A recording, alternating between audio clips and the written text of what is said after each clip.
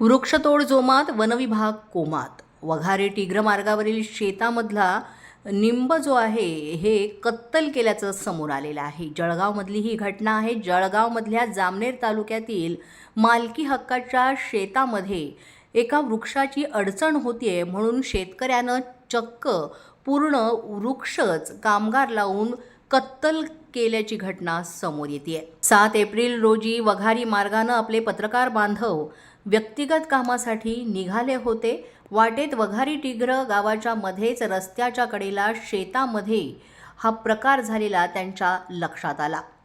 हा वृक्ष मशीनद्वारे कत्तल करण्याचं वृत्य हे सुरू होतं.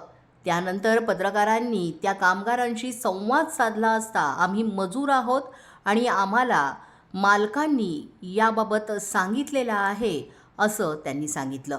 तसंच आमचा मालक वाघारी गावचा प्रतिष्ठित लोकप्रतिनिधी आहे आणि मध्यस्थी करून आर्थिक व्यवहार करून शेतमालकाच्या संमतीनं परवानगीनं अशा पद्धतीनं ही कत्तल करण्यात येते का अशी माहितीही समोर येते. याबाबत ठोस कारवाई होत नसल्यानं किंवा वनविभागाच्या दुर्लक्षामुळे वृक्षप्रेमी खंत व्यक्त करतायत. यामध्ये कायद्याच्या दृष्टीनं पाहता महाराष्ट्र नागरी क्षेत्र वृक्ष संवर्धन आणि संरक्षण अधिनियम 1975 नुसार पूर्ण परवानगीशिवाय वृक्षतोड केल्यास दंड आणि शिक्षाची तरतूद आहे. तसंच पर्यावरण संरक्षण अधिनियम 1986 अंतर्गत पर्यावरणाला धोका पोहोचवणाऱ्या कृत्यावर गंभीर कारवाई होऊ शकते. याशिवाय भारतीय दंड संहितेच्या कलम 268, 290, 226 अन्वयेही गुन्हा नोंद होण्याची शक्यता तज्ज्ञांतर्फे व्यक्त करण्यात येते. मात्र अशा पद्धतीनं वृक्षांची कत्तल करणाऱ्यांवर ठोस कारवाई झालीच पाहिजे असंही म्हटलं जातंय.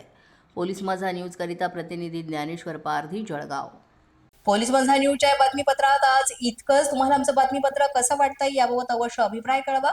यासाठी पोलीस माझा न्यूजचं यूट्यूब चॅनल सबस्क्राईब करा. तसंच आमचं फेसबुक, इंस्टाग्राम आणि ट्विटर अकाउंट फॉलो करा. अधिक माहितीसाठी आमच्या www.policemazanews.com या वेबसाईटला भेट द्या. आमचे अधिकृत प्रतिनिधी व्हायचं असेल तर स्क्रीनवर दिलेल्या क्रमांकांवर आजच संपर्क साधा. आजच्या बातमीपत्रात इतकंच. पुन्हा भेटूया पुढील बातमीपत्रात. तोपर्यंत पाहत रहा पोलीस माझा न्यूज.